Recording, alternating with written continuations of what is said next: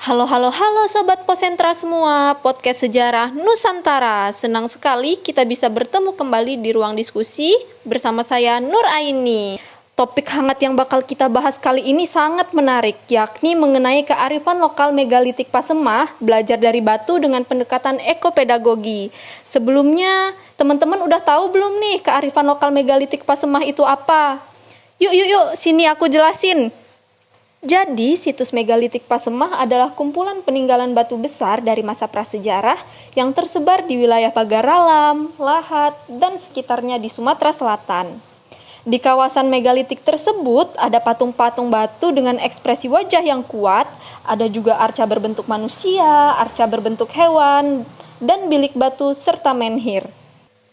Nah, untuk membahas lebih lanjut mengenai kearifan lokal megalitik Pasemah dan mengaitkannya dalam pembelajaran dengan menggunakan pendekatan ekopedagogi, sudah bersama kita Kak Indra Alam yang merupakan mahasiswa pendidikan sejarah di Universitas Sriwijaya. Halo Kak Alam, terima kasih ya sudah hadir di Posentra hari ini. Halo juga Kak Aini, halo juga Sobat Posentra semuanya. Terima kasih ya sudah mengajak saya berdiskusi di podcast hari ini. Nah, langsung aja nih kita ke alam, bahas mengenai apa itu ekopedagogi yang mungkin terdengar baru bagi Sobat Posentra semua. Boleh dijelaskan dulu Kak? Oke, jadi begini ya Kak Aini dan semua Sobat Posentra semua. Ekopedagogi adalah sebuah pendekatan pendidikan yang fokus pada kesadaran ekologi. Jadi, siswa-siswi tidak hanya belajar tentang lingkungan, namun diajak berpikir kritis tentang bagaimana manusia itu memperlakukan alam, serta bagaimana kita bisa hidup berdampingan dengan alam. Dalam pembelajaran sejarah, hal ini bisa dapat kita contohkan Kak, melalui tinggalan yang ada di situs megalitik Pasemah, di mana di dalam peninggalan situs megalitik Pasemah tersebut banyak arca berbentuk manusia, ada juga arca berbentuk hewan yang dapat kita gambarkan sebagai bagaimana hubungan antara manusia dan hewan, bagaimana hubungan manusia dan alam yang dapat hidup berdampingan pada masa itu. Oh, berarti menghubungkan pelajaran sejarah dengan kesadaran lingkungan gitu ya Kak Alam? Iya, tepat sekali Kak Aini. Seperti itu maksudnya. Jadi, kalau kita bicara tentang materi kearifan lokal yang dalam hal ini situs megalitik Pasemah, dan kemudian kita kaitkan dengan pendekatan ekopedagogi, apa saja sih Kak Alam nilai-nilai yang kita bisa ajarkan? Jadi Kak, kalau ditanya nilai-nilai apa saja nih yang bisa kita dapatkan dan kita ajarkan kepada siswa-siswi menggunakan pendekatan ekopedagogi melihat dari peninggalan yang ada di situs megalitik Pasemah, itu banyak banget Kak nilai-nilai yang bisa kita ajarkan nih. Contohnya, satu itu nilai mengenai pentingnya hidup manusia berdampingan dengan alam. Dalam hal ini kita bisa lihat di salah satu arca yang ada di situs megalitik Tegurwangi, yakni arca batu Begibu, di mana arca batu Begibu ini menggambarkan 4 sosok manusia yang sedang memanggul padi. Artinya, kalau kita lihat dari konteks ekopedagogi, bahwa manusia pada zaman tersebut sudah mengelola alam dengan sebaik-baiknya dan memanfaatkan lingkungan, contoh tanahnya yang subur yang berada di kaki gunung. Mereka memanfaatkan dengan mengelola pertanian, dalam hal ini padi. Bahkan sampai sekarang padi pun masih menjadi makanan pokok bagi sebagian seluruh masyarakat Indonesia. Yang kedua yakni bagaimana hukuman kepada manusia jika tidak dapat mengelola alam. Hal ini bisa kita lihat di arca batu manusia dililit ular yang berada di situs megalitik Tanjung Aro. Mengapa artinya ini hukuman? Karena kalau manusia itu tidak dapat hidup berdampingan dengan hewan, tidak dapat mengelola alam, manusia hanya merusak, manusia hanya mementingkan dirinya sendiri daripada lingkungan, maka manusia akan terkena hukuman. di mana dalam kepercayaan masyarakat megalitik yang masih lekat dengan kepercayaan animisme dan dinamisme, ular ini merupakan hewan yang memiliki kekuatan magis atau spiritual yang tinggi. Bisa menggambarkan roh nenek moyang, bisa menggambarkan sesosok zat yang maha kuasa. Jadi kalau manusia tidak mampu hidup berdampingan dengan alam, manusia merusak alam, manusia akan dililit ular seperti penggambaran arca batu manusia dililit ular ini. Ada juga nih Kak arca lain yang menggambarkan hal tersebut, yakni menhir yang ada di situs megalitik Tinggi Hari, di mana menhir ini menggambarkan sesosok tokoh manusia dan buaya. Menhir ini kan gini Kak, fungsinya untuk pemujaan ya Kak. Iya bener Kak. Jadi pemujaan ini dilakukan oleh masyarakat pada saat itu dengan memuja sesosok tokoh manusia dan buaya, itu menggambarkan bahwa manusia itu sangat menghargai keberadaan makhluk lain, yakni manusia, dan juga hewan, dalam hal ini buaya. Jadi mereka harus hidup berdampingan. Jadi gitu Kak. Oh jadi banyak Kak ya yang bisa kita ambil dari situs megalitik ini, pembelajarannya yang jika kita kaitkan dengan pendekatan ekopedagogi. Iya Kak, bener banget. Jadi banyak banget pembelajaran, nilai-nilai yang bisa kita ajarkan kepada siswa untuk berpikir kritis mengenai pentingnya lingkungan, mengenai pentingnya alam. Bahkan Kak, sampai saat ini banyak arca-arca dan situs-situs megalitik yang ada di Pasemah itu sampai sekarang itu berada di daerah persawahan, di daerah pemukiman penduduk, yang mana artinya arca ini dibangun pada saat tersebut sudah mengikuti pola pemukiman yang ramah lingkungan Kak. Ini sangat penting dalam konteks ekologi. Oh, jadi gitu ya Kak Alam. Jadi melalui pembelajaran ini nih kita tidak hanya diberikan pembelajaran mengenai kesadaran sejarah saja ya Kak ya, tapi kesadaran akan pentingnya menjaga keseimbangan alam dan melestarikannya juga. Iya Mbak, bener banget. Oke, selanjutnya nih Kak Alam. Ya. Ekopedagogi ini kan lagi jadi trending topik di dunia pendidikan.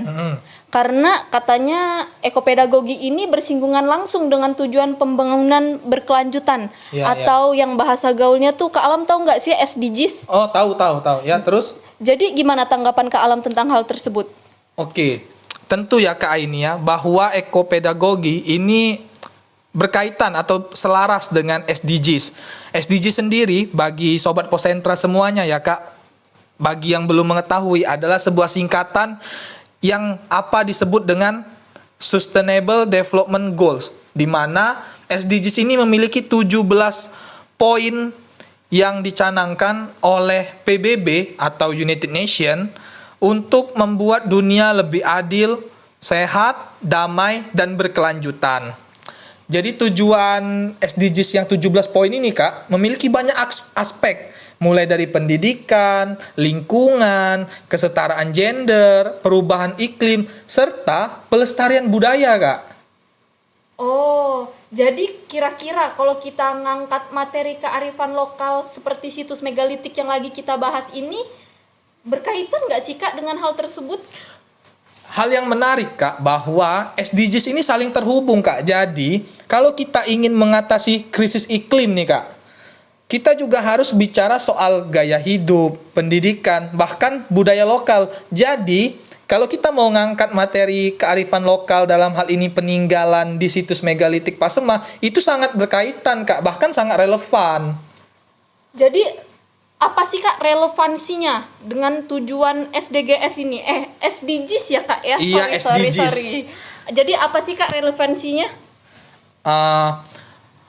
Poin yang menguatkan bahwa SDGs dan ekopedagogi bahkan peninggalan megalitik di situs Pasemah ini sangat berkaitan adalah ada beberapa poin ya Kak yang bisa kita ambil dari 17, nggak semuanya ya. Oh, kalau 17 berarti nggak semuanya berkaitan ya Kak ya dengan megalitik ini? Iya, tapi kalau mau kita ambil secara garis besar, ada 3 poin nih Kak yang sangat menguatkan materi peninggalan situs megalitik Pasema, ekopedagogi, dan SDGs. Yang pertama yaitu poin keempat dari SDGs, yaitu pendidikan berkualitas. Di mana kalau kita ingin membangun pendidikan yang berkualitas, kita itu harus mengajarkan kepada siswa itu sebuah pembelajaran yang holistik, Kak. Atau pembelajaran yang terjun langsung ke lapangan. Tidak hanya teori-teori saja dalam kelas. Jadi, siswa itu menjadi seseorang yang dapat peduli dan reflektif. Mereka juga belajar sejarah, tapi juga berpikir kritis. Bagaimana mengatasi lingkungan yang tercemar, bagaimana mengelola alam. Terus Kak, ada poin yang kedua, yakni poin ke-11, mengenai kota dan permukiman yang berkelanjutan. Jadi, dengan kita belajar situs megalitik Pasema terhadap peninggalannya dan juga kita kaitkan dengan pendekatan ekopedagogi, Kak, kita dapat memahami nih bagaimana cara nenek moyang kita itu mengatur tata ruang kehidupan mereka yang sangat kompleks tersebut menjadi sangat baik, sangat berkesinambungan dengan alam, tidak merusak, tidak mencemari. Jadi hal ini penting kita ajarkan kepada para peserta didik. Dan yang terakhir itu ada poin ke-15, yakni mengenai kehidupan di darat. Jadi, dengan melalui ekopedagogi, kita itu menyadarkan siswa bahwa kita ini penting untuk melestarikan situs budaya dan alam, serta lingkungan sekitarnya yang merupakan bagian dari satu kesinambungan ya, Kak, ekosistem darat yang sangat penting bagi kehidupan manusia, tumbuhan, dan hewan. Jadi pembelajaran seperti ini Kak bisa membuat peserta didik serta sobat posentra kita nih nggak hanya pintar sejarah Kak ya, tapi juga jadi bagian dari solusi perubahan dunia. Betul sekali Kak, inilah poin pentingnya kita mengajarkan sejarah tetapi dengan dibarengi dengan berbagai pendekatan yang memberikan solusi bagi dunia. Contohnya yakni melalui pendekatan ekopedagogi ini, harapannya kita itu mencetak generasi baru yang sadar akan akar budaya bangsanya dan juga siap untuk menghadapi tantangan global dengan berbagai macam permasalahannya saat ini, Kak. Oke, jadi materi yang kita angkat hari ini tuh banyak banget Kak ya manfaatnya Kak ya? Iya benar Kak, benar. Oke, jadi antara megalitik, ekopedagogi, dan SDGs ini sangat berkesinambungan sekali Sobat Posentra semua. Oke, terima kasih banyak Kak Alam udah jadi narasumber kece kita hari ini. Obrolan kita hari ini tuh benar-benar menyatukan banyak hal kalau kita simpulin nih Kak Alam. Mulai dari sejarah, budaya, lingkungan, hingga pembangunan global. Ya, sama-sama Kak Aini. Terima kasih juga kepada Posentra atau Podcast Sejarah Nusantara. Semoga semakin banyak sekolah yang terinspirasi mengangkat kearifan lokal dengan pendekatan yang bermakna seperti ekopedagogi yang kita bahas pada hari ini, Kak. Semoga Podcast Sejarah Nusantara menjadi platform pendidikan yang mengangkat isu-isu global serta membuat anak-anak itu cinta sejarah ya Kak ya ke depannya. Amin, amin, amin. Oke, makasih banget nih Kak doanya untuk kita semua.